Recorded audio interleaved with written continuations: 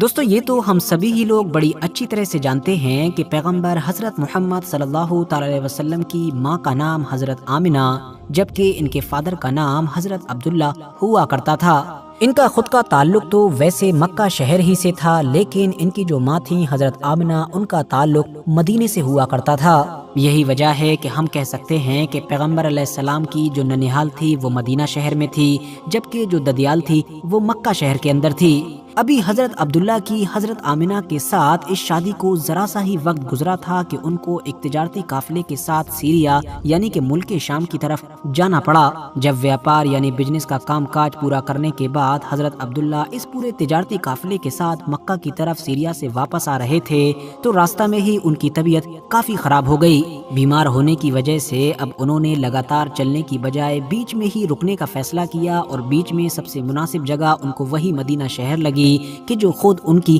سسرال ہوا کرتا تھا۔ جس قافلے کے ساتھ حضرت عبداللہ کو مکہ تک واپس پہنچنا تھا، جب وہ قافلہ بنا حضرت عبداللہ کے مکہ پہنچا تو اس نے جا کر ان کے والد یعنی کہ حضرت عبد المطلب اور ان کی پریگننٹ وائف یعنی کہ حضرت آمنہ کو یہ خبر دی کہ حضرت عبداللہ کافی بیمار ہو گئے تھے، جس کی وجہ سے ان کو راستے میں مدینہ شہر میں ہی رکنا پڑا۔ یہ سن کر حضرت عبد المطلب نے فوراً ہی اپنے بڑے بیٹے الحارث کو مدینہ کی طرف روانہ کیا اور ان کو یہ حکم دیا کہ جب تک وہ زیادہ بیمار رہیں تب تک تم ان کی دیکھ بھال کرو، اور اگر تھوڑی سی بھی طبیعت ٹھیک ہو تو ان کو لے کر مکہ کی طرف آؤ۔ لیکن الحارث مدینہ پہنچ پاتے اس سے پہلے ہی حضرت عبداللہ کا انتقال ہو چکا تھا، اور انتقال کے بعد ان کی سسرال والوں نے ان کو مدینہ شہر میں ہی دفنا دیا تھا۔ الحارث نے مکہ واپس آ کر حضرت عبداللہ سے جڑی ہوئی جب یہ افسوسناک خبر ان کی فیملی کو دی تو اس وقت حضرت محمد صلی اللہ تعالی علیہ وسلم اپنی ماں کے پیٹ میں موجود تھے۔ ہسٹورینز مانتے ہیں کہ اپنی وفات کے وقت حضرت عبداللہ کی عمر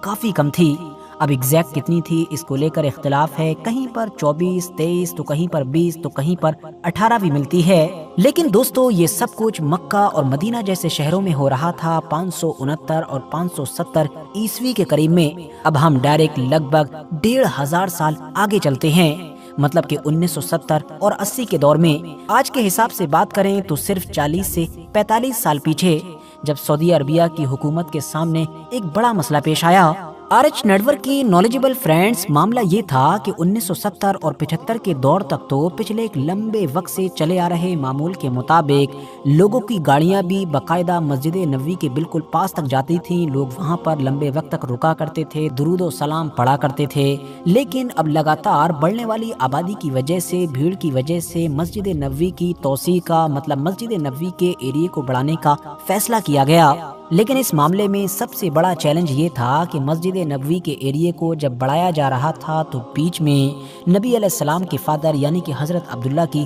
قبر موجود تھی۔ سوچ وچار کے بعد یہ فیصلہ کیا گیا کہ ان کی اس قبر کو یہاں سے ہٹایا جائے گا اور دوسری جگہ پر ٹرانسفر کیا جائے گا۔ 1978 میں فائنلی ان کی قبر کشائی کے اس کام کو انجام دیا گیا، اور حیرانی کی بات یہ ہے کہ اس وقت ان کی وفات کو لگ بھگ 1400 سال گزر چکے تھے۔ اب کیونکہ یہ نبی علیہ السلام کے والد ہیں اور اسلامک ہسٹری کے حساب سے بہت ہی اہم پرسنالٹی ہیں، تو ظاہر ہے چیلنج یہ بھی تھا کہ ان کی قبر کشائی کرے گا کون، اتنا ہمت بھرا کام کون کرے گا، جس پر بعد میں یہ فیصلہ لیا گیا کہ کسی عام انسان کی بجائے ان کی یہ جو قبر ایک جگہ سے دوسری جگہ ٹرانسفر کی جائے گی، اس کام کو ان لوگوں کے ذریعے سے انجام دیا جائے گا کہ جو پچھلی کئی صدیوں سے نسل در نسل روضہ رسول کی صفائی کرتے آ رہے ہیں، جن کا تعلق مشہور صحابی حضرت بلال حبشی کی نسل سے ہے۔ لیکن دوستو پھر اس دوران جس طرح کا منظر وہاں پر دیکھا گیا وہ یقینی طور پر سبھی لوگوں کے ہوش اڑا دینے والا تھا، کیونکہ کسی بھی انسان کو یہ امید نہیں تھی کہ وہ 1400 سال کے بعد ایک قبر سے کسی انسان کی باڈی کو، کسی انسان کے جسم کو اس طرح سے